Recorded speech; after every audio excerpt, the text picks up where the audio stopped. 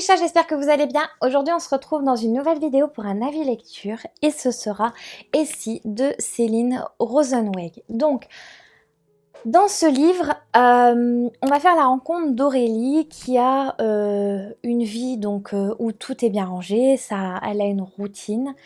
Elle va faire une rencontre en fait inattendue qui va fragiliser son équilibre et remettre en question toutes ses croyances.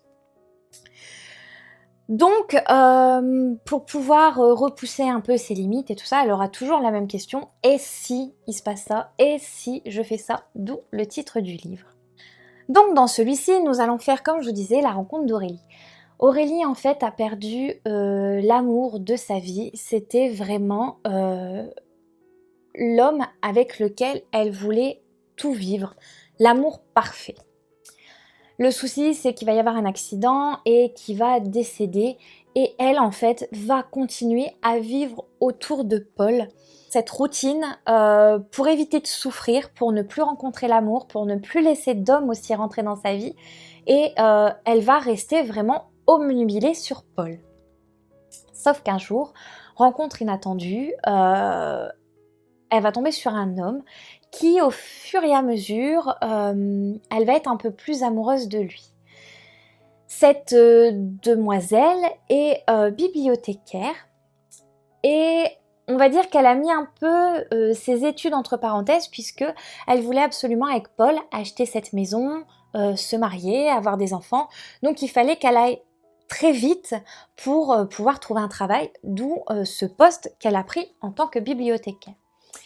Donc par amour, elle a vraiment tout fait pour lui, ils ont quasiment jamais eu de dispute, enfin vraiment l'amour parfait. Ça n'a pas duré si longtemps que ça, puisque comme je vous ai dit, un accident tragique va arriver et malheureusement Paul va décéder.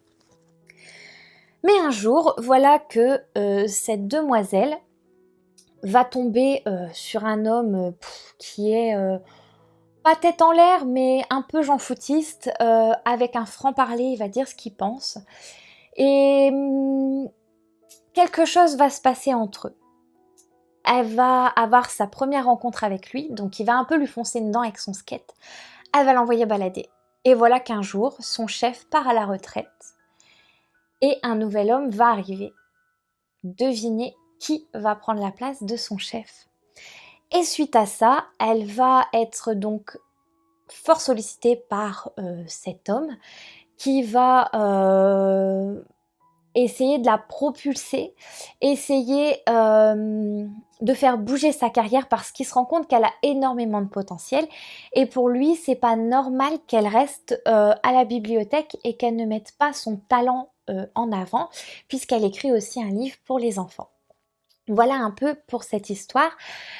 Donc au final, la question qui va rester en suspens tout au long de son livre, c'est est-ce qu'ils vont réussir à tomber amoureux, à faire leur vie ensemble, ou est-ce qu'elle va rester accrochée à Paul? Est-ce que lui va réussir à retirer tous ces obstacles qu'elle met parce qu'elle se renferme sur elle-même?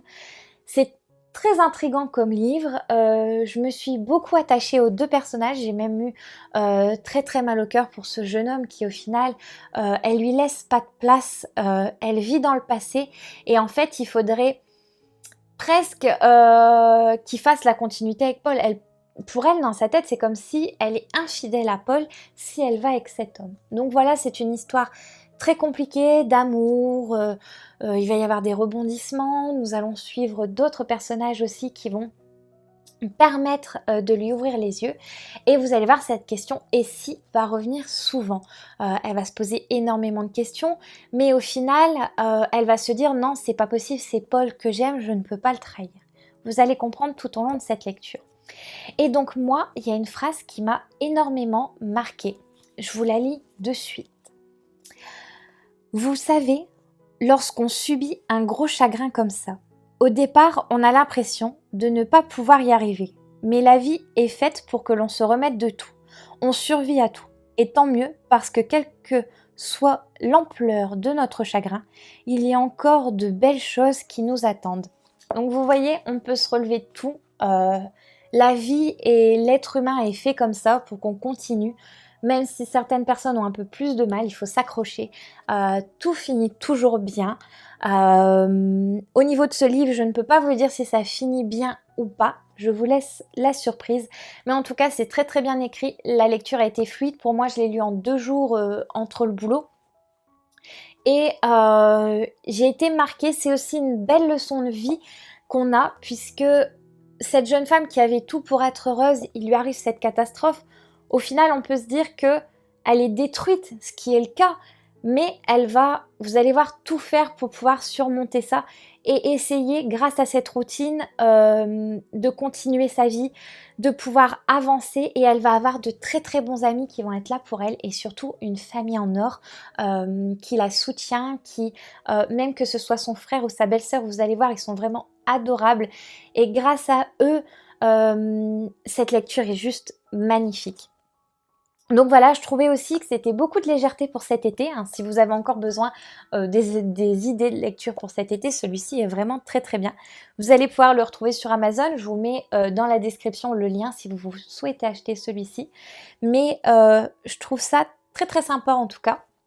Et si vous hésitez encore, vraiment vous pouvez y aller, il est génial.